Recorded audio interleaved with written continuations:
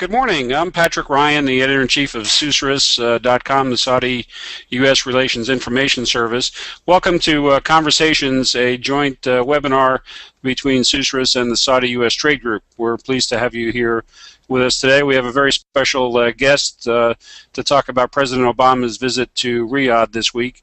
Chas Freeman, ambassador, retired U.S. Foreign Service after a 30-year career as a distinguished diplomat, and we'll get to introducing him in just a second. First, I'd like to just give you some background. This is just the second conversations that we've held in this series. We have one posted to the website that you can go back to and visit, and hopefully we'll have all of these archived on the SUSRIS.com website, so you'll be able to refer back to them and refer your colleagues who didn't get to participate live. They can take a look as well. We're pleased to have this service available to you as one more way to bring you information on what's happening in the U.S.-Saudi relationship, what's happening in the Middle East in general, and specifically what's happening in the Kingdom of Saudi Arabia. We're co-hosted this morning with Richard Wilson, the president of the Saudi-U.S. Trade Group. We're going to talk with Chas Freeman in just a minute, but first let's bring you up to date on what's been happening in the Saudi-U.S. relationship. And if you care to, you can take a look at SUSRIS.com. In the resource section, there's a timeline called Saudi-U.S. Relations in Transition, which gives you a snapshot of about the last 6 months of details of what's been happening in the relationship. And some of the things that we'll be talking about this morning, for example, what's been going on in the relationship between the P5+1 and Iran over the nuclear deal, the relationship affected by the chemical weapons developments in Syria last August, and what's been going on in terms of the overall relationship with some criticism of Washington policymakers from senior Saudi officials in and out of office, and where we are today.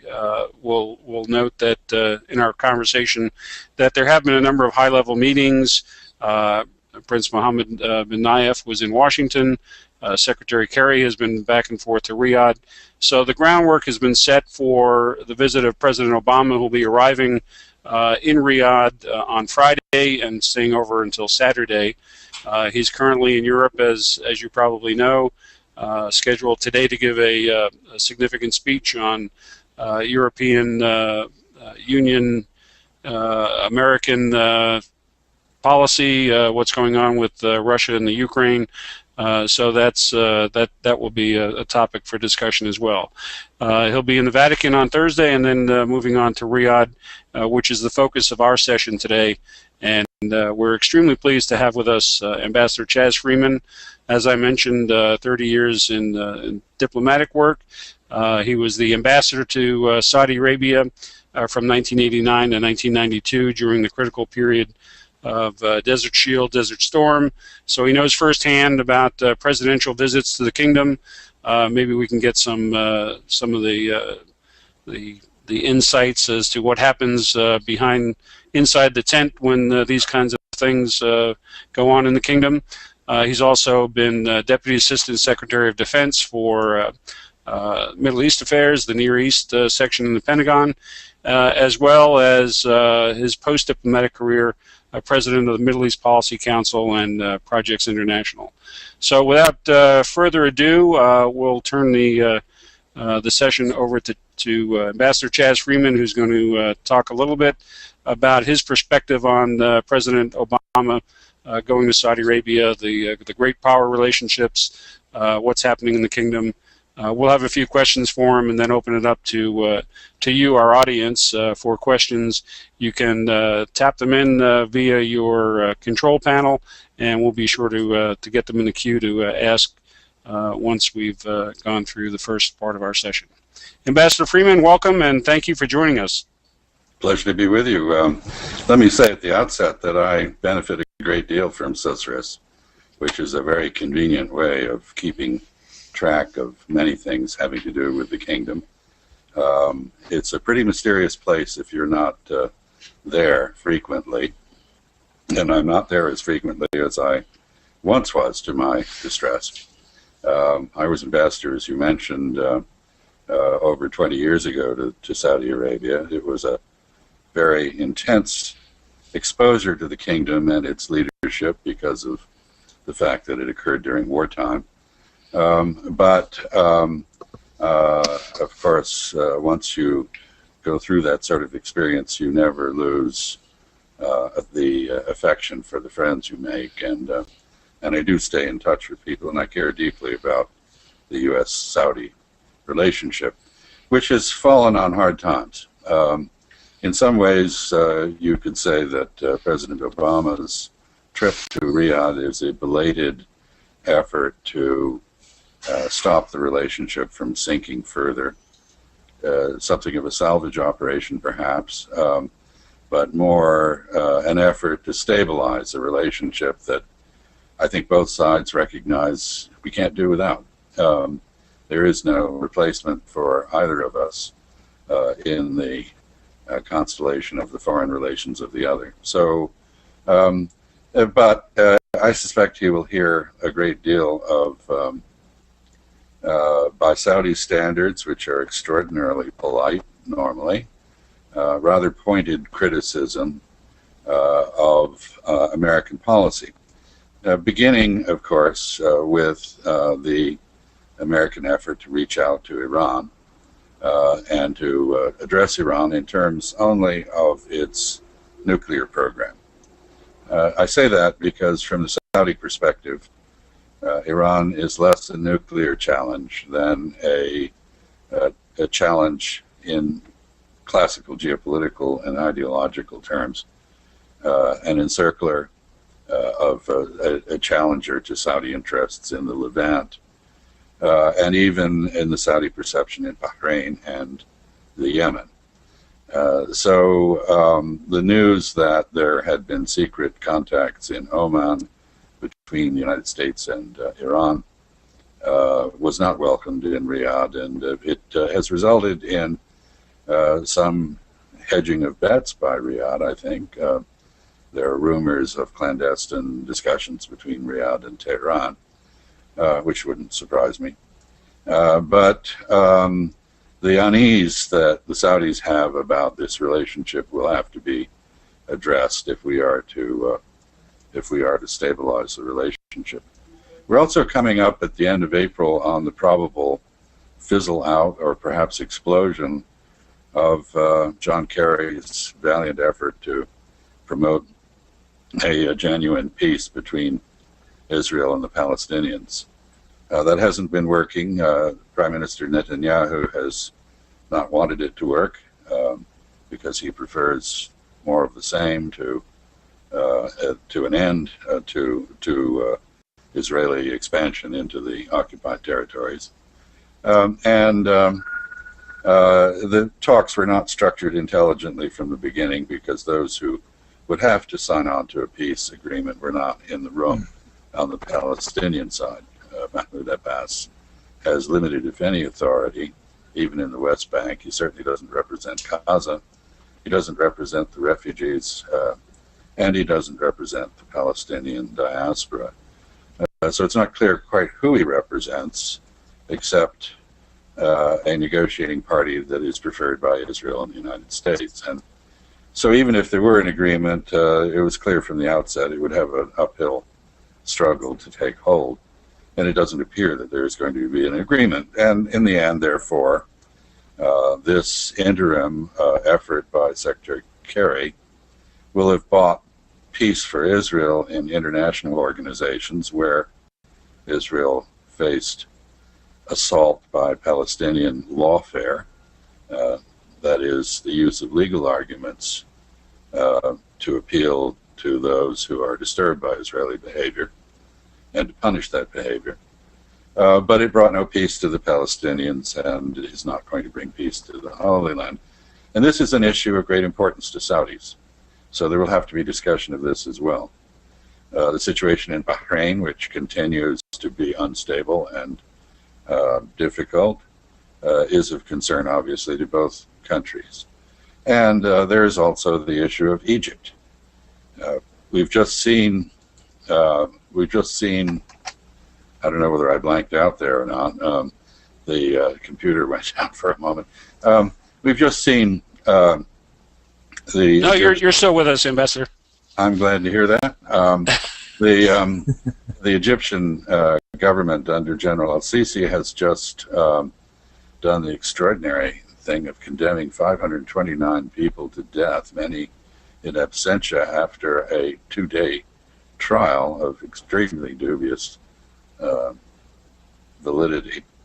This is by any standard extreme, and it really brings to a head the confrontation between the U.S. and Saudi Arabia over conditions in Egypt, where the Saudis have actively supported the military regime that overthrew Mohammed Morsi's Muslim Brotherhood. They themselves have outlawed the Muslim Brotherhood as a terrorist organization, following the Egyptians in that. And they have been talking to the Russians, apparently, about financing Russian arms sales to replace those suspended by the United States. All in all, to sum this up, we have a relationship which now is robust in the counterterrorism area, where we share enemies, but which no longer has the automatic mutual support that it once did. Saudi Arabia traditionally marched pretty much in lockstep with U.S. policy, with a few exceptions, and the U.S.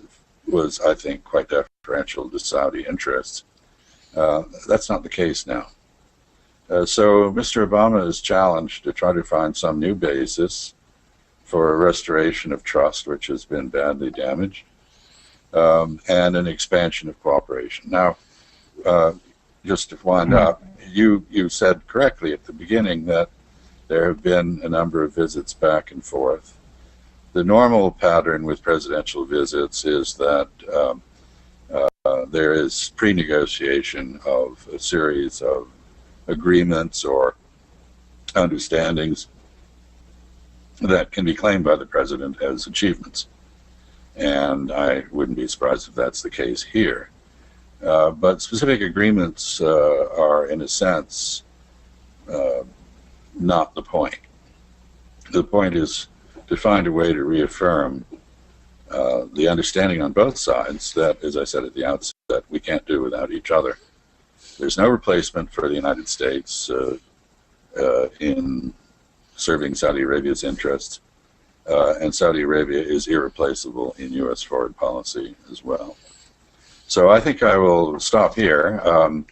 I'll just say finally that one of the things that is most remarkable about the kingdom is that it has made huge progress in many, many areas, but you see it really only in the rear view mirror. It's pretty undetectable as it goes forward. So it's hard to say what surprises Saudi Arabia will have in store for us in the years to come. But it is still a very dynamic, if quiet, place. Well, thank you for that. I'm recalling our conversation in August as a prelude to what we're engaged in today, and you had made some points about Saudi-U.S. relations. It was the middle of August, and you said that there was some convergence between the Saudi position and the American position regarding Syria in the short to midterm. You made the point that it was obvious and no surprise to anyone that there had been some shock in Riyadh over the developments in Egypt, especially the turning out of President Mubarak and the American vacillation over what to do regarding Egypt.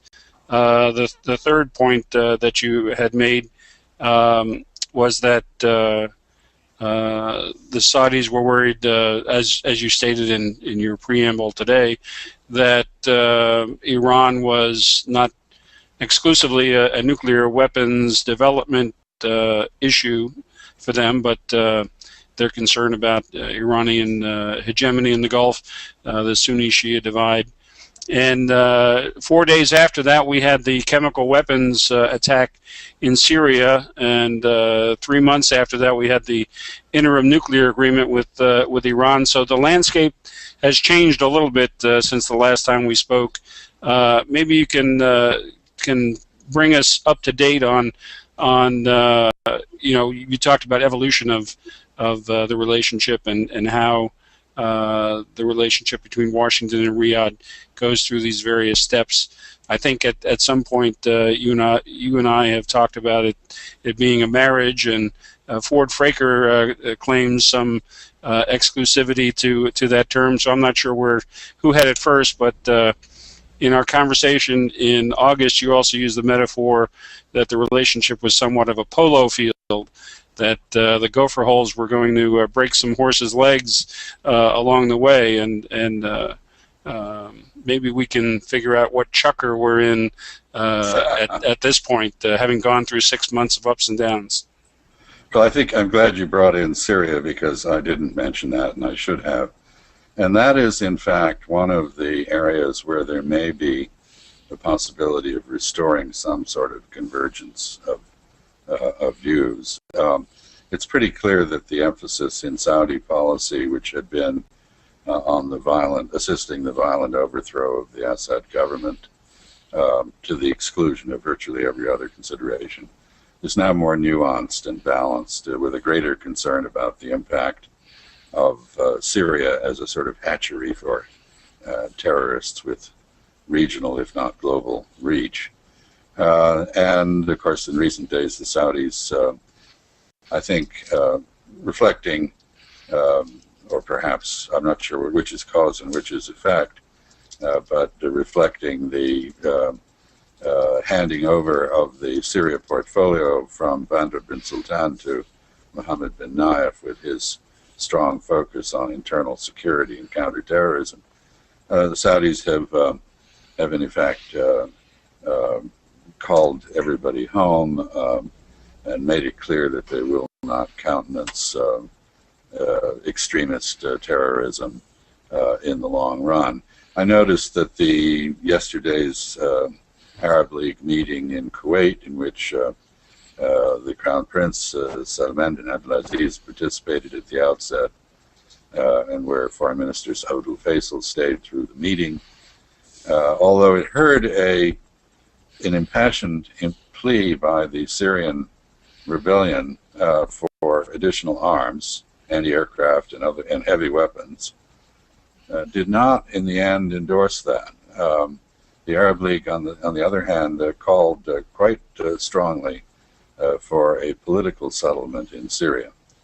And that has to reflect, I believe, consensus in which Saudi Arabia participates. So there is some shift. Whether the U.S. will respond to that shift and how may reflect some of the deterioration in U.S.-Russian relations, because there's been a tendency to frame the Syrian issue in part as a U.S.-Russia zero-sum game, or as a Saudi-Iran zero-sum game. Clearly there are things in motion. The situation is not hopeless. There has been quite a bit of deterioration in the U.S.-Saudi relationship, but it remains fundamentally resilient because it's based on recognition, as I said, that we can't do without each other. Richard, I'm going to toss it over to you, and let me introduce Richard Wilson, president of the Saudi-U.S. Trade Group. And a reminder, we're here today talking with Ambassador Chas Freeman about President Obama's visit to Riyadh later this week on Friday, and the implications of that for Saudi-U.S. relations and policy moving forward. And I'd like to introduce Richard Wilson, the president of the Saudi-U.S. Trade Group. Richard, take a shot. All right. Chas, you're renowned as a seasoned, experienced diplomat. I happen to know you as a very pragmatic person individually, but also in terms of resolution of differences. Now, and you were headed down this road. How do you make these two ends meet with regard to Iran, Egypt, and Syria? Now, it's clear from the American side, from the U.S. side, we're very interested in de-escalating the nuclear issue, and we'll continue to pursue that with the P5+1. That obviously is unnerving to the Saudis. How do we reassure the Saudis that we get it in terms of the geopolitical threat that Iran represents? Likewise, in Egypt, the Saudis would love for us to release those Apache helicopters and get more involved in that front. It's less likely we'll do that. And likewise on Syria, I've been fascinated by the groundwork that's been done over the last 6 weeks with Mohammed bin Naif taking over the portfolio, Mitab bin Abdullah being more involved, intelligence cooperation in D.C. and elsewhere. There's clearly a framework that's being put in place. But the U.S. is still not interested in lethal aid. Pragmatically, how do the U.S. and Saudi Arabia come to a workable accommodation on these three issues? Well, those are, of course, excellent and questions which can't really be answered. But let me take a stab at a few of them. I think the Saudi concern about Iran really has two major elements. One is that in the course of doing a nuclear deal with Iran, which does seem to be within reach, we will either inadvertently or explicitly confirm the gains in Iranian influence that it made under bungled U.S. policies over the past 15 years. That is to say, the installation of a pro-Iranian regime in Baghdad, the failure to entice Syria out of the Iranian orbit,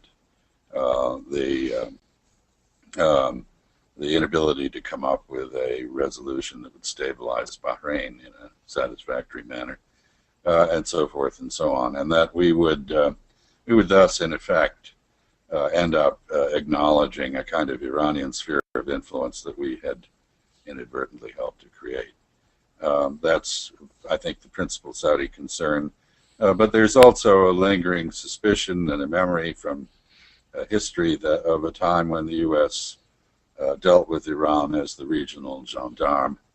The Shah of Iran was our guy in the region. Saudi Arabia was very definitely secondary to Iran. And the Saudis don't want to be returned to a position there of secondary importance. I think these issues can be addressed, but only, and this takes us to Syria, I think, in the first instance, if we are now prepared to recognize that 3 years since it is now pretty much exactly 3 years since the unrest in Daraa in southern Syria launched the Syrian descent into hell. The 3 years of efforts to get rid of Iranian influence in Syria by removing the Syrian government through violent means have not worked. In fact, they've caused immense human suffering. They've destabilized much of the region with flows of refugees. And the chances are, it appears on the battlefield, that further coercive efforts are not going to work. So the question then is, can we find ways, if we can't bludgeon Iranian influence out of Syria or Iraq for that matter, or Bahrain, can we find other ways of cooperating to reduce, offset Iranian influence and entice whatever government eventually emerges in Syria, the authorities in Iraq, and the opposition in Bahrain to take positions that are more favorable to Saudi Arabia and the United States than to Iran. In other words, are we prepared finally to try diplomacy rather than pursue the diplomacy-free foreign policies that we've both fallen fallen into. And I think this is a long-term process. It's not anything that can be accomplished overnight.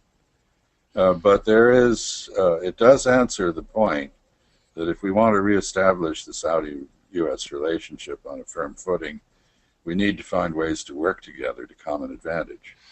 And trying to find positive inducements to replace coercive measures in reducing Iranian influence and containing it would be an approach that I think could work.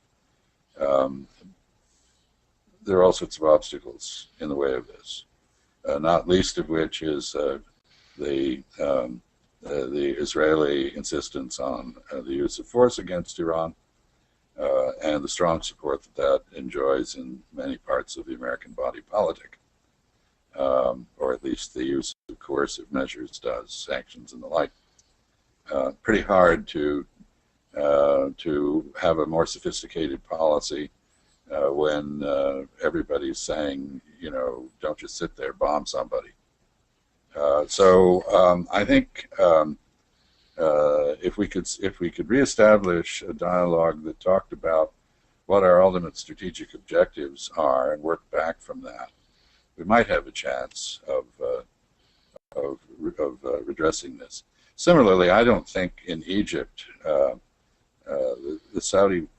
I think the Saudi policy of supporting what is turning out to be a very authoritarian, draconianly authoritarian regime is most unlikely to succeed. It's no more likely to succeed than the American tactic of trying to ostracize Egypt into reforms. We both need to sit down and rethink this. What sort of Egypt do we want? Surely we want one in which the public is not so alienated from the government that it is thinking about terrorism, which is, I think, the direction in which things are headed. Surely we don't want a government that is inhumanely condemning hundreds of people to death at a time on flimsy or no evidence. That is, surely we want a government that is just, that is stable. Surely we want an Egypt that contributes to security in the region rather than becoming itself a source of instability.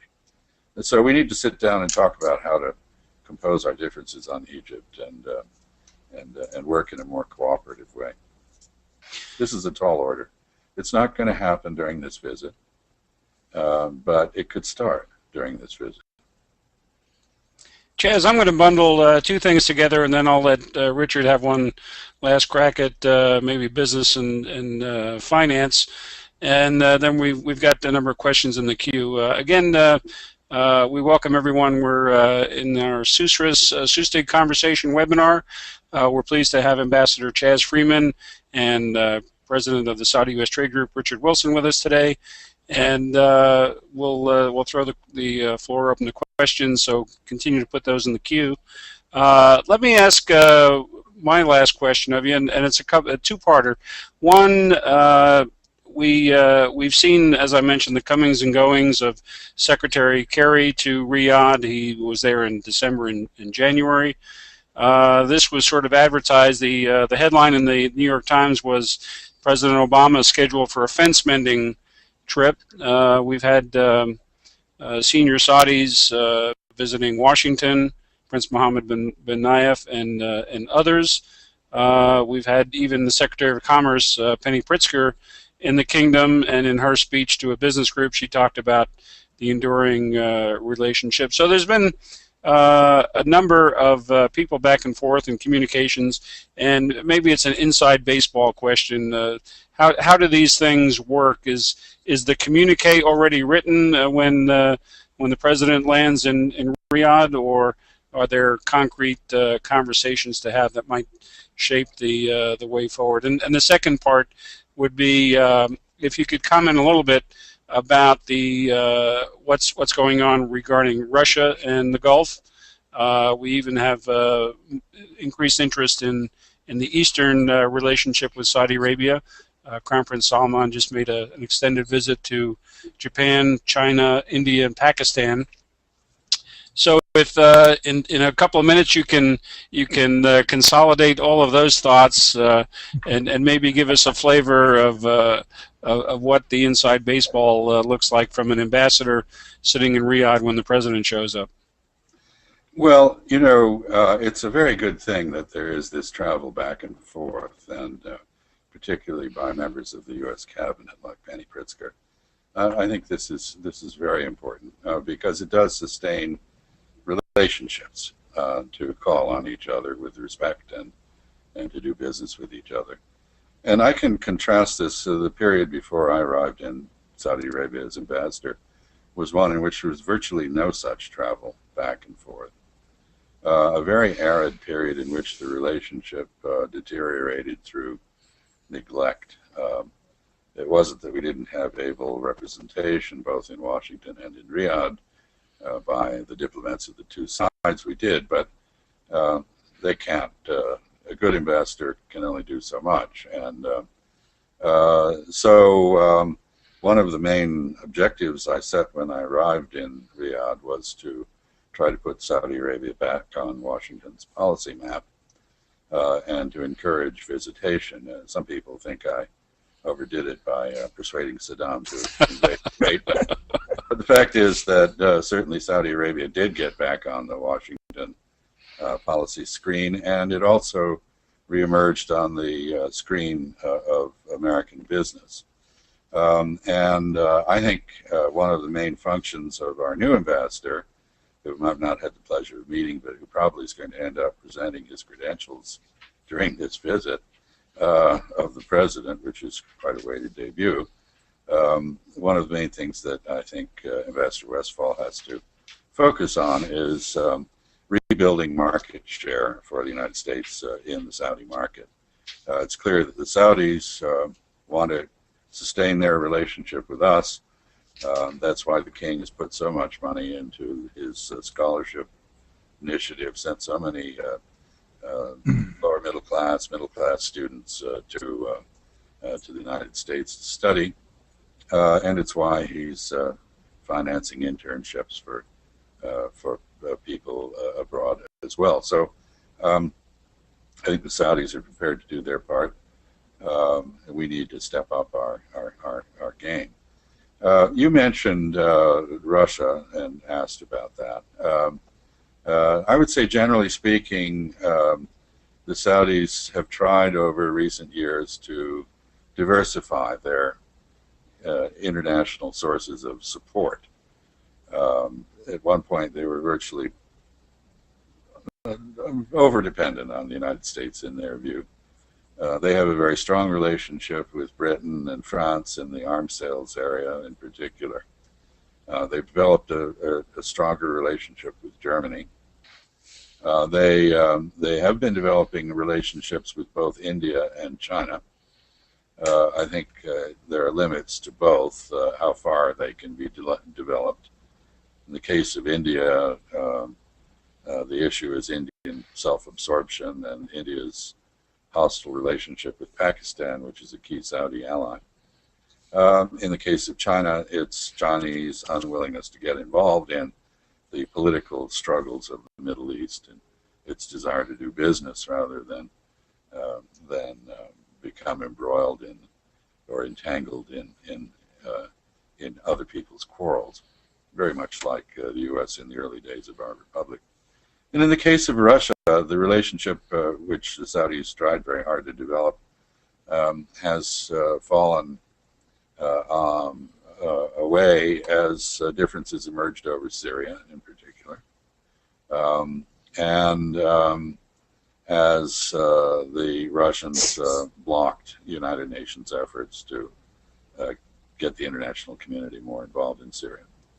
I think Prince Benjamin Sultan went to Moscow and made what appears to have been rather a crude effort to buy Moscow's support with arms sales or other infusions of cash and into the Russian economy. That didn't work. So there are grave limits to the Russians. But overall, what the Russians can or will do with the Saudis. I think they can be useful from a Saudi perspective, as I said, in offsetting U.S. policy in Egypt if we can't come to an agreement about how to manage Egypt.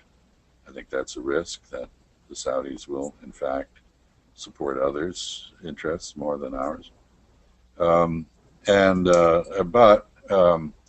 when you come down to it, in the end, there's no country with the capabilities of the United States. We are uniquely a global power. We can project military power throughout the world. We are an active presence militarily, economically, culturally, in the Gulf and in the Arab world at large. We are Saudi Arabia's traditional partner. There are an enormous number of Saudis who have ties to the United States as a result of study or marriage or residence. And we simply can't be replaced. So the Saudis have come up against the limitations of a policy of diversifying their relationships with others in order to dilute over dependence on the United States. You can only do this and get so far, and I think there's not much more that they can do in that regard. And I think they know that, and that is one of the reasons that I'm sure they have welcomed the Obama visit, even though, as you mentioned, it's taking place on a Friday, which is a bit like turning up in Washington on Sunday and asking for office calls, or in Israel on Saturday and doing the same. It's not exactly the best timing or most respectful timing we might have picked. But I think it's a measure of the importance the Saudis attach to the relationship, that they're willing to go along with that, notwithstanding the religious and social awkwardness that it presents. Well, at least he didn't show up at the Vatican on Sunday to meet the Pope. Well, that's true. That's a bright spot in our diplomacy, I guess. Richard, over to you. Yeah, Chas, I was struck by your observation earlier that you really aren't aware of the extent of change until you look in the rearview mirror. And Saudi-U.S. Trade Group obviously is particularly interested in trade and business. You've been practicing. You've been doing business, commerce, and an assorted number of deals in that region, and specifically with Saudi Arabia, for close to 20 years. I know, since I worked closely with you in the 90s, that the nature of your interests were water and power and that sort of thing. But also, since that time, Saudi Arabia talks a great deal about increased ease of access. They often point to the World Bank ease of doing business numbers. When you first started, they weren't even in the ratings. They got up as high as 11. They're now about 26. But it's a point of focus for them. The Saudi Arabian General Investment Authority was tasked specifically with promoting greater ease of business and more external partnership in Saudi Arabia. What's been your personal experience on two fronts? A, the sectors in which you find most interesting in terms of business, and B, the mechanism of doing business. Have all these things improved? How have they evolved? Well, I think there's one of the several revolutionary acts, if I can use that term, that King Abdullah has engineered, was the accession to the WTO, the World Trade Organization, and the abandonment of Saudi Arabia's traditional insistence on its own standards, even though those did not conform to the standards that applied everywhere else. Basically, Saudi Arabia joined the world. That has made, as you say, ease of access, the ease of doing business a great deal. It has brought about a great advance in these areas. It's easier to get to Saudi Arabia. It's easier to do business there. And I certainly have experienced that. I should say my company, the company I chair, Projects International, is global. It's not focused on the Middle East or on Saudi Arabia. And in fact, most of our activity is not in Saudi Arabia or in the Middle East, but in East Asia, which is where the global center of economic gravity now is. We in the 90s, as you said, as I got involved in this first, most of the business that you did in Saudi Arabia involved the government somehow. That is to say, at least you had to be very government friendly. Very often, what was involved, and certainly that's the case with power projects and other things, involved a large measure of government decision making in how the business was done. As the Saudi economy has matured, we found ourselves doing stuff that really has nothing to do with the government, with the Saudi private sector, in a variety of areas, medical equipment and technology, most recently agricultural projects, and specifically farming of shrimp and other marine creatures for food, because food has emerged as a major concern of the Saudi government, food security, and it is possible to do things in Saudi Arabia itself. The government does help with finance, but the private sector is very vigorous, and so I think the change has been toward a less government-driven, more business-driven, more normal kind of commercial relationship with the outside world. And in this environment, there are opportunities, for example, in the IT area where we're also doing some things.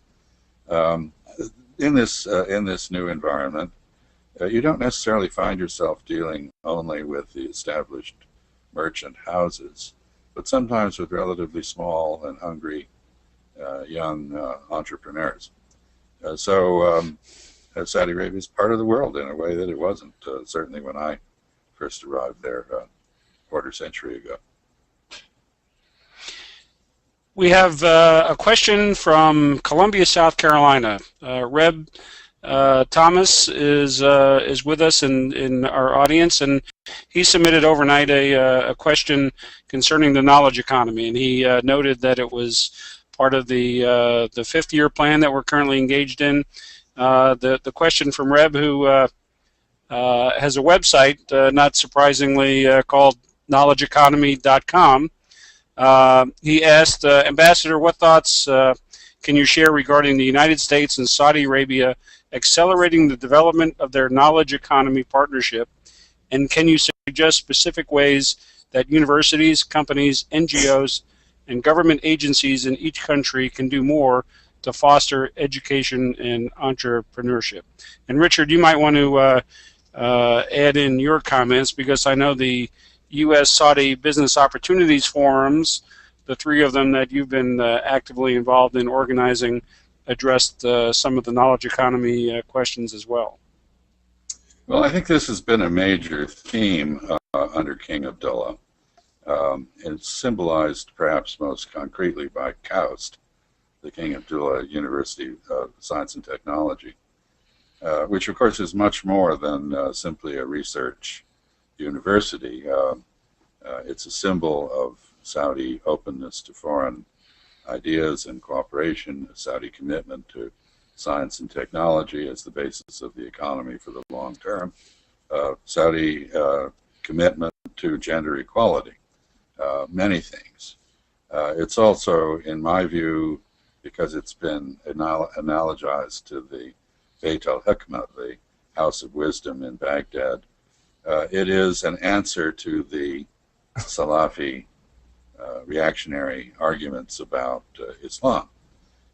Their argument, of course, is that this age is morally corrupt, that there's a requirement to revitalize, restore, and revive religious faith, that the way to do this is to look to the Salaf, that is, the original followers of the Prophet Muhammad and how they lived.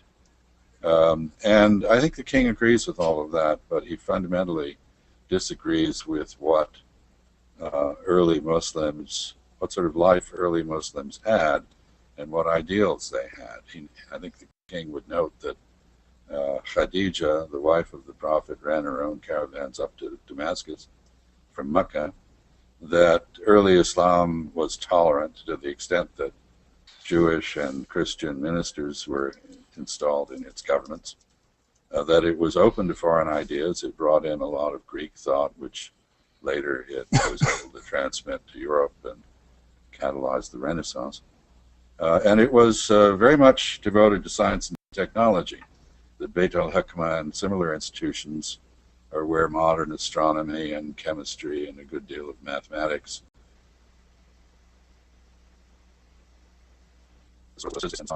had their first flowering. So I think the king wants to revitalize Islam and his own kingdom by reference to those historic Islamic examples, but he's also stealing the narrative of violent opponents of the regime. I'm involved in a specific set of possible transactions, not yet concluded, with distance learning, which has a tremendous future in the Arab world, as it does elsewhere. The harnessing of the internet to and websites to the requirement of education is just beginning, not just here in the United States, but in Saudi Arabia and elsewhere. And it has enormous applications. I think the decisions to reform the educational system in Saudi Arabia that have been taken in recent years, the removal of women's education from the religious authorities' purview and the placement of it within the government, the expansion of universities, the authorization of private universities, the organization of major universities for women. All of these things show the commitment of the kingdom to this area, and they also, of course, provide opportunities, because in some respects the United States has pioneered different forms of education. The modern university owes a great deal to the American model, and we are in the forefront of experimentation, particularly in higher education. I'm not sure that I would hold out our elementary or secondary education as a great model for the world, given the very poor showing our students make in international comparisons, but maybe we have something to learn from the Saudis in that regard, as we do from the Chinese and Singaporeans and Finns and others who seem to excel, South Koreans who seem to excel in this area. One thing, and I'll just end here, one thing that Americans have to offer Saudis is our broad international experience and connections.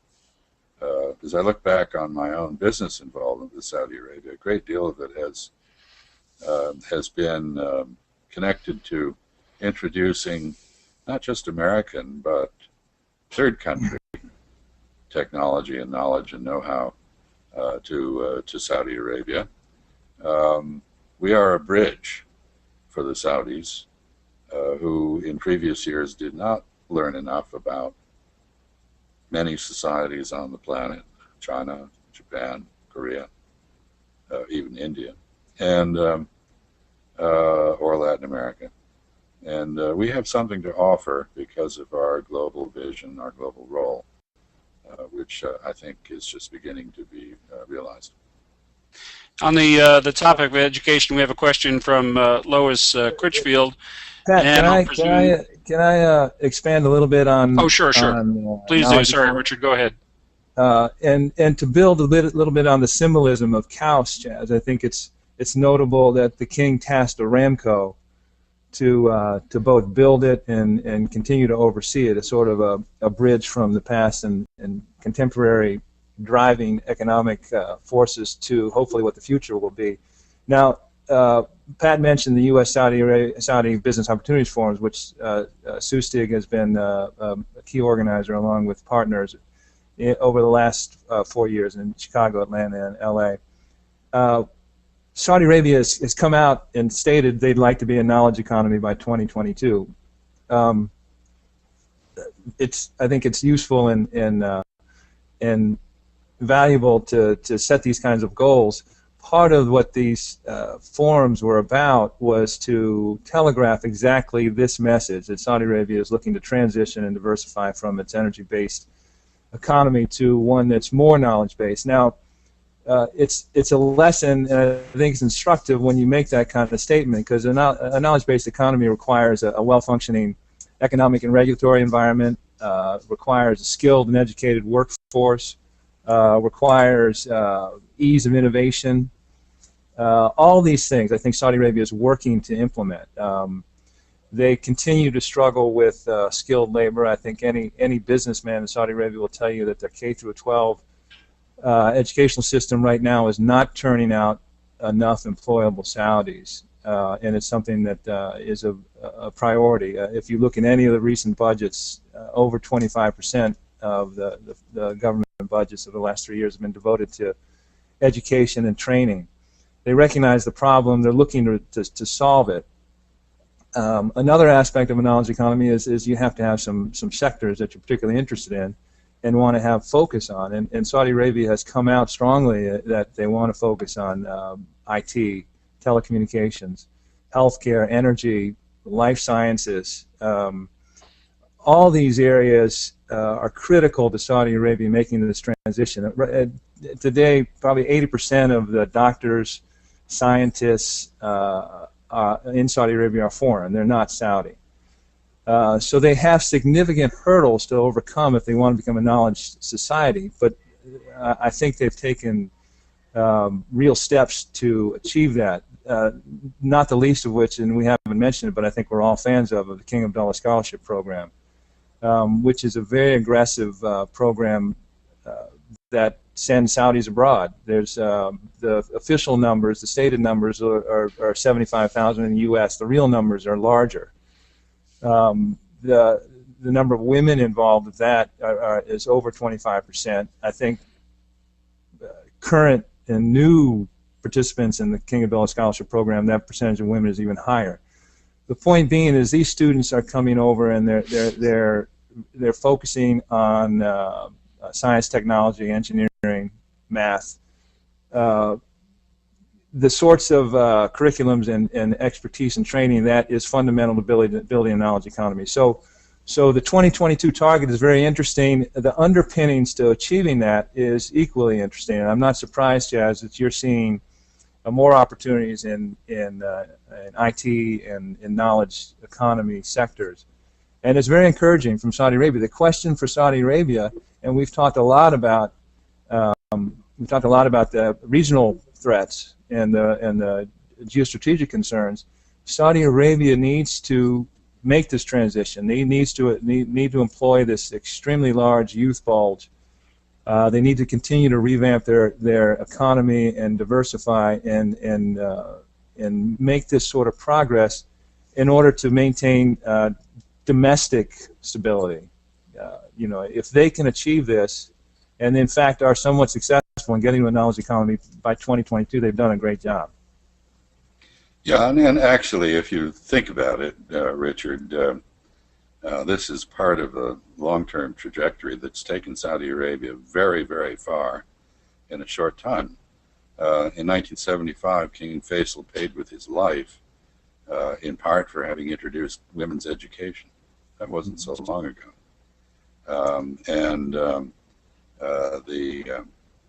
The current generation of Saudis, women, actually more than men, is remarkably well educated.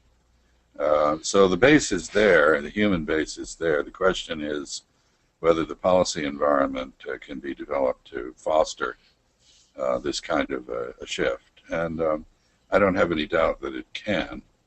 2022 strikes me as a bit of a overly ambitious objective. It may reflect the king's age, he's in a hurry to get things done. Overall, you're right.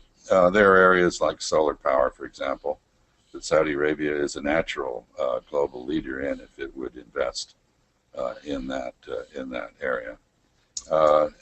So KAUST actually emphasizes most of the areas that you mentioned, and it is a potential driver and partner in Saudi Arabia with enterprises in these areas. I'm going to be the advocate for our questioners here and move to the next one.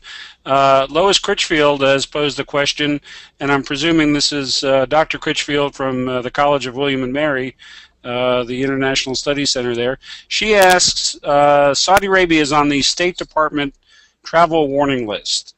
This is a problem for sending students to Saudi to study. What can be done to encourage a student study abroad program in Saudi Arabia? Well, I'd say actually that a remarkable number of countries are on the State Department watch list. And in part, this simply reflects bureaucratic caution. It's always better for you if you're a bureaucrat if you've warned that something terrible might happen. In case it actually does, you've covered some part of your anatomy effectively.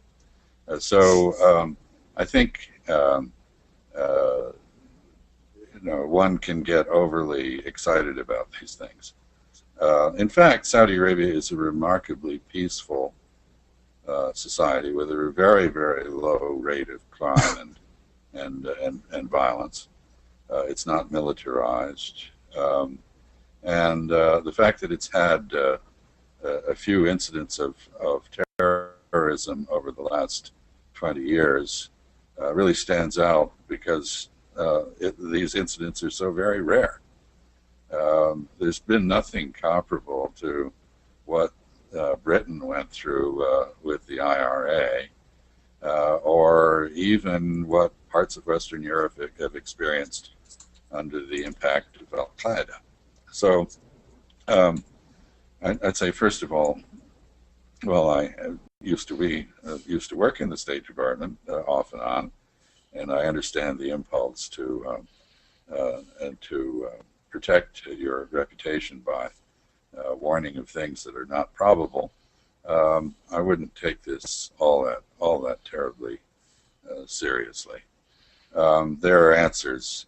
Mohammed bin Nayef, who has now risen apparently in the hierarchy in terms of his constantly expanding role, has a stellar reputation internationally with great justification for having dealt quite effectively with the problem of domestic terrorism. And unless the group of Saudis who have been fighting in Syria come home to wreak havoc, which the kingdom is obviously determined not to have happen, I think Saudi Arabia will continue to be a very, very safe place. The other piece of that question, though, the getting American students into the kingdom. Richard, feel free to jump in as well. How do we get more American students to the kingdom? It's a good question. I think increasingly there are one of the fascinating things going on in Saudi Arabia socially is 5 years ago the concept of corporate social responsibility was minimal. It's interesting the number of private sector groups that are very active now on a number of fronts, both in trying to develop entrepreneurs, small, medium-sized businesses, and also expand educational opportunities. Now, I can't speak specifically. What we do know is in Saudi Arabia, there's been a tremendous expansion of the university system and the opportunities. Obviously, KAUST, which is a unique situation, but that's predominantly non-Saudi. And at the graduate level. Yeah, at the graduate level, right. But it's also science and technology, not area studies or the humanities, which is the normal motivation for study abroad tends to be less in the science and technology area than in the humanities. Saudi Arabia, as opposed to Qatar and UAE, where you have affiliations, academic affiliations with U.S. universities and colleges. Saudi Arabia has not tended in that direction. So the opportunities are with Saudi-based universities. So, Princess Noura University, Dar al-Hekma, these are, for example, Dar al-Hekma in Jeddah has significant relationships with USC and other U.S. universities. Individual academic institutions in Saudi Arabia are active in the U.S. I can't speak to the extent or the numbers, but there's certainly opportunities there, and there's interest in partnering with U.S. institutions. So that might be something that can be discussed offline, and maybe we can help point Dr. Critchfield into the right direction. Let's shift gears a little bit away from education. We have a question from Mohammed Hussein, who asks, why has Obama been so passive in dealing with Syria and not intervening when he had a chance with chemical weapons? Don't you think if he had acted firmly on his words, the red line, crossing of the red line, Putin would have thought twice before he annexed Crimea? Well, that question connects a lot of things, and I have some difficulty with the underlying thesis. When you consider the options before the president after he apparently concluded initially, or his advisors concluded, that the Syrian government was the one that had used chemical weapons, there's a little lack of clarity about exactly who did it in hindsight. But anyway, he was clearly proceeding on the assumption that the Syrian government had used chemical weapons against its own people. A military response probably would have exacerbated the problem rather than helped it, because it would have been directed at the Syrian government's command and control system. I understand that there were approximately 500 precision-guided missiles to be fired as part of this proposed planned response. And the deterioration in the Syrian government's command and control system would have, among other things, damaged its control of chemical weapons and allowed those weapons to fall into the hands of local commanders or warlords or the resistance. And I don't think it would have been at all helpful. And I think that is a large reason for the president finally not authorizing the course that he had asked to have planned. Another reason, of course, was lack of political support in the United States. But I think there were sound military reasons for having second thoughts about that particular course of action. Military options with Syria really don't exist. You'd have to behave like Genghis Khan to solve the problem of sectarian strife in Syria. The example of Iraq is instructive in that regard. We very efficiently removed the regime in Baghdad, Saddam Hussein, and we proved unable to replace it with anything that could command universal authority or restore domestic tranquility to Iraq. So military options not only kill a lot of people, but they don't seem to solve the underlying political problems terribly well, which is why I think the Arab League's call for a political settlement in Syria makes sense. Finally, I don't see this as linked to Mr. Putin on Crimea. I think Mr. Putin behaved with all of the finesse of a famous but not terribly highly regarded American president, Polk, who took advantage of self-determination in Texas, Sure. Which seceded from Mexico, to then annex Texas to the United States. Some of us think that was a grave error, but anyway, it worked. And Mr. Putin clearly rode a wave of anti-Ukrainian, anti-Kiev sentiment in Crimea to support for Crimea's secession, and then its fairly prompt accession to the Russian Federation. Very deftly done politically, but reflecting factors that are really historically quite unique.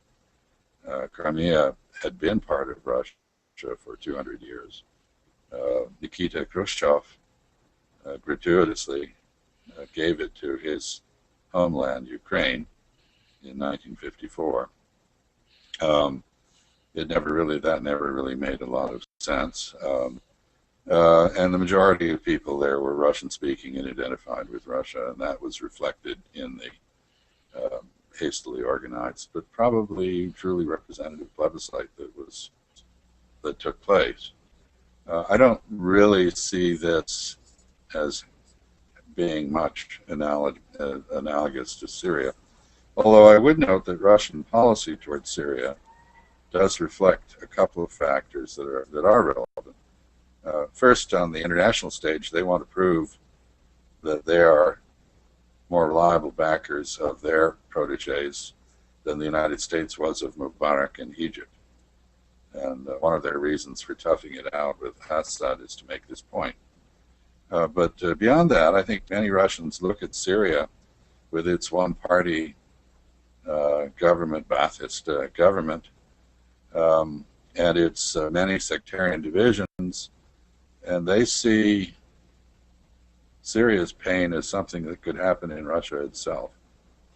So there is a stake that the Russians feel they have in proving that the kind of regime change that outsiders are assisting Syrians to try to achieve can't work in Russia. So I think it's very complex, but I think it's a great question. But I thought at the time the military arguments for a strike weren't very compelling, and it probably would have been counterproductive.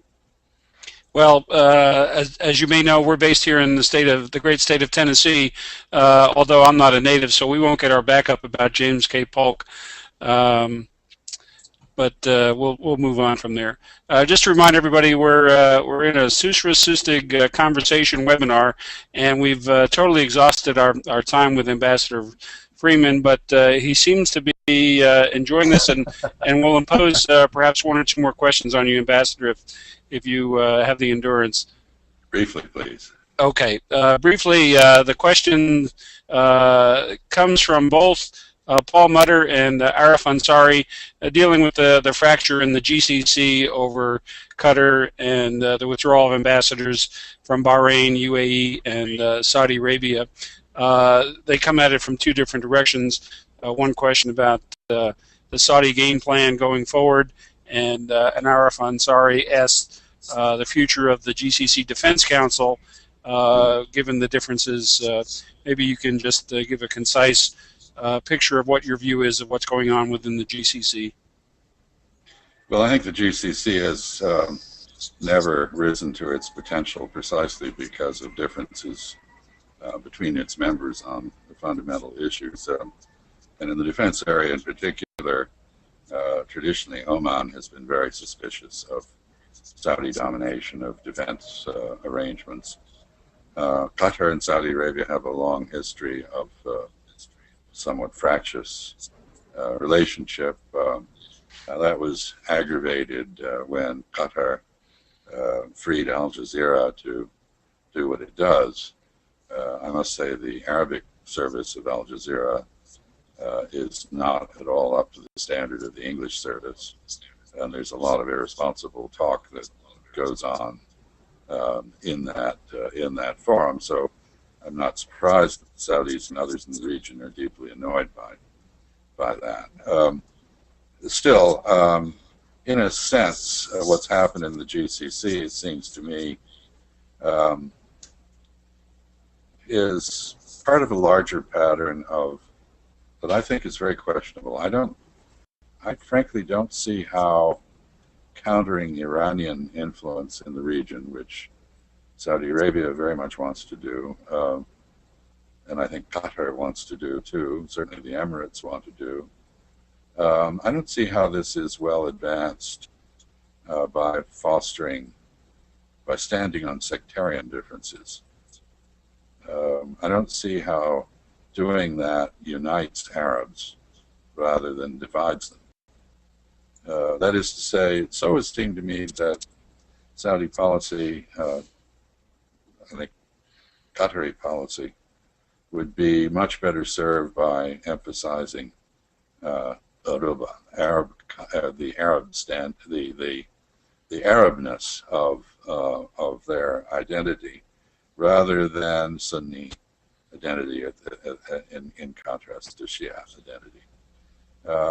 Because when it comes in the end, Iraqis are Arabs, first and foremost, as they showed in the war with Iran. Syrians are Arabs, first and foremost, traditionally. Lebanese are Arabs. Palestinians are Arabs. And Egyptians are Arabs too, although some Saudis would dispute that. I think in a sense the differences with Qatar reflect a flawed concept of policy and the struggle in the region, which has become sectarian rather than national in origin. And it's tragic because without the GCC retaining some degree of unity, its members are too small, and even Saudi Arabia, without the support of the others, is very limited in what it can do.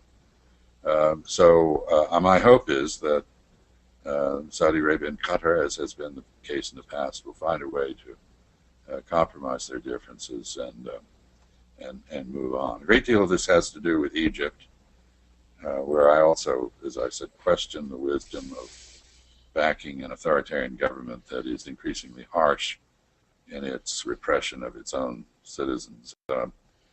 Saudi Arabia and Qatar ended up on somewhat different sides there on the issue of the Muslim Brotherhood. So I think both sides have to give a bit. And unfortunately, at the moment, I don't see much sign that either will. The last question goes to Daniel Crosby. You had made some comments in your opening remarks about Israel, Palestine, and Secretary Kerry's efforts. Daniel asks if you see a return to Palestinian unrest, or he says lawfare, at the end of April, and what the implications might be for Saudi Arabia in that regard. Yeah, I think it's very clear that the deal that Kerry brokered, which was that the Palestinians would hold off going to the International Criminal Court and other UN institutions to enforce international law and human rights law against Israeli officials and Israel at large, that this pause will end when the talks end, as they seem likely to do about a month from now. So I think we're going to see a return to actually less a return than the initiation of a strong Palestinian push in international fora to condemn Israel, to punish it, to isolate it, to support the boycott, disinvestment, and sanctions movement. And I think this will achieve a certain measure of success, because Israel has managed to alienate many of its traditional supporters, not the United States, which remains strongly behind Israel, and which I don't think will break ranks with Israel. But Israel's isolation will result in some degree of isolation for us. I'm more concerned, in a sense, if there's no hope of a political settlement and solution of the Palestine-Israel problem, then what concerns me is that people will again resort to violence, not just inside the Holy Land, but outside it, as was the case in the 1960s, when Palestinian terrorism, frustrated in the Holy Land, struck at Israelis and Jewish targets elsewhere. I think at the bottom is what I think is a mistaken Israeli assumption that Israel can live in the region with a gun trained on everyone without having made any friends. I think in the long run that is not a recipe for survival of the Jewish state, whatever may happen inside it.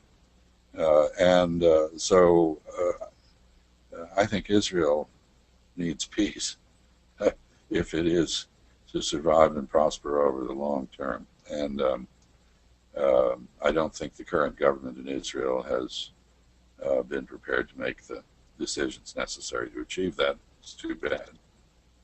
Too bad, and very bad for Americans. Ambassador Chas Freeman, thanks so much for spending double time with us this morning over what we had agreed to. Appreciate your experience and insights and perspectives, and thank you, as always, for spending time to talk with me for our audience in SUSRIS, the interviews over the years that you've done, and now bringing us our first interactive webinar. Any last thoughts on President Obama's visit or any other things we brought to the table today? Well, I'd like to hope that it will mark a break in the deterioration in the relationship, shoring it up, and the beginning of some climb back to a more productive cooperation across the board. And I think that can happen. Terrific. Thanks again. Richard, the Saudi-U.S. Trade Group and SUSRIS are going to continue with these webinars. Next week, we'll have a post-mortem on President Obama's visit. We have Thomas Lippman and Dr. Theodore Karasik, who comes to us from Dubai, from Enigma, the think tank in Dubai. You have any last comments about the webinars or about what we've put on the table today? Me or Chas? I think Chas is... Go ahead, Richard. Chas. No, delighted to be part of it, Chas. Thanks very much. Pat, it's a great franchise that we've begun, and I'm looking forward to next week, and hopefully they'll have some positive things to discuss as Chas outlined some options and some potential routes that we might take. Inshallah. Inshallah. On that note, thank you everyone out in the audience for joining us, for submitting questions. We look forward to you joining us again next week, next Wednesday again at 10 Eastern time, and we'll have some more thoughtful conversation for you. Meanwhile, please make sure that you're following us on Twitter. We're at SaudiUS, and you can follow the Saudi-US Trade Group at SUSTG. That's it for today. Again, thank you, Ambassador Freeman. Thank you, Richard Wilson. And you can find this and other webinars at susris.com. Thank you. Everybody have a great day. Thanks, Pat. Bye-bye.